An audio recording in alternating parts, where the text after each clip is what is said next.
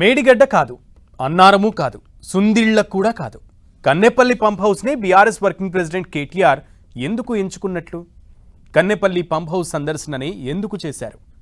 గోదావరిలో వరద ఉధృతంగా ప్రవహిస్తున్న ఈ సమయంలో నీరు అక్కడ పుష్కలంగా ఉంది.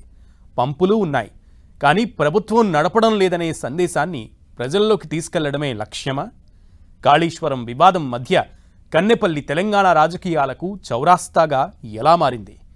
ఇదే ఇప్పుడు ఇంట్రెస్టింగ్ అంశం. కాళేశ్వరం ప్రాజెక్టులో కన్నెపల్లి పంప్ హౌస్కు ప్రత్యేక స్థానం ఉంది. ఇది మొత్తం ఎత్తిపోతల వ్యవస్థకు తొలి లింక్. మేడిగడ్డ బ్యారేజ్ నుంచి నీటిని ఎత్తి అన్నారం బ్యారేజీకి పంపే బాధ్యత ఈ పంప్ హౌస్దే. రోజుకు సుమారు 2 టీఎంసీల వరకు నీటిని ఎత్తిపోసే సామర్థ్యంతో నిర్మించారు దీన్ని. ఈ పంప్ హౌస్ పనిచేస్తేనే తర్వాతి దశల పంప్ హౌస్లకు నీటి ప్రయాణం కొనసాగుతుంది. అందుకే దీనిని కాళేశ్వరం ప్రాజెక్టుకు గుండెకాయగా ఇంజనీర్లు భావిస్తుంటారు.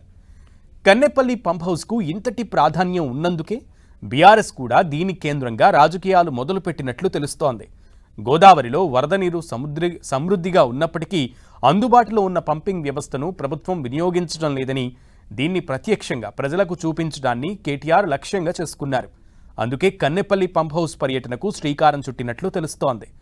మేడిగడ్డలో సమస్య ఉందని, మొత్తం కాళేశ్వరం వ్యవస్థనే నిలిపివేయడం సరైంది కాదనే వాదనను కేటీఆర్ ఈ పర్యటన ద్వారా బలంగా వినిపిస్తున్నారు.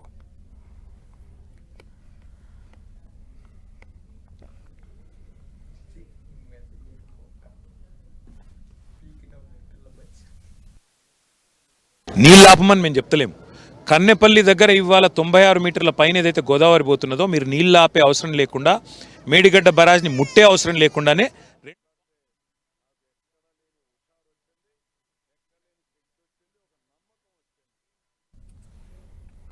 కాళేశ్వరం ప్రాజెక్టు ప్రపంచంలోని అతిపెద్ద మల్టీ స్టేజ్ లిఫ్ట్ ఇరిగేషన్ ప్రాజెక్టుల్లో ఒకటి. రోజుకు సుమారు 2 టీఎంసీల నీటిని ఎత్తిపోసే సామర్థ్యం, 35.87 టీఎంసీల నిల్వ సామర్థ్యం కలిగిన 3 ప్రధాన బ్యారేజీలను నిర్మించారు. ఇకపై 20కి పైగా పంప్ హౌస్లు, 100కు పైగా భారీ పంపులు, 19కి పైగా రిజర్వాయర్లు ఈ ప్రాజెక్టు ప్రత్యేకత.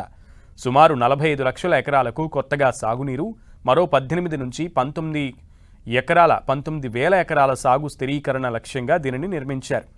ఈ గణాంకాలనే బీఆర్ఎస్ ఇప్పుడు తమ రాజకీయ వాదనకు ఆధారంగా చూపుతోంది. మరోవైపు సర్కార్ మాత్రం డిఫరెంట్ వాయిస్ వినిపిస్తోంది. మేడిగడ్డ, అన్నారం, సుందిళ్ల బ్యారేజీల మరమ్మతులు పూర్తయ్యాక national dam safety authority, central water commission అనుమతులు వచ్చిన తర్వాతే పూర్తి స్థాయిలో నిర్వహిస్తామని మంత్రి ఉత్తమ్ చెబుతున్నారు. ప్రజల భద్రత విషయంలో ఎలాంటి రాజీ ఉండబోదని, శాస్త్రీయంగా పునరుద్ధరణ పనులు పూర్తయిన తర్వాతే బ్యారేజీలను వినియోగంలోకి తీసుకొస్తామని సర్కారు చెబుతోంది. అయితే బీఆర్ఎస్ మాత్రం ఈ వివాదాన్ని మరో స్థాయికి తీసుకెళ్లే ప్రయత్నం చేస్తోంది. కన్నెపల్లి నడిస్తే కాళేశ్వరం కదులుతుందని, కాళేశ్వరం కదిలితే గోదావరి నీరు రైతు పొలానికి చేరుతుంది అనే సందేశాన్ని ప్రజల్లోకి తీసుకెళ్లాలని చూస్తోంది.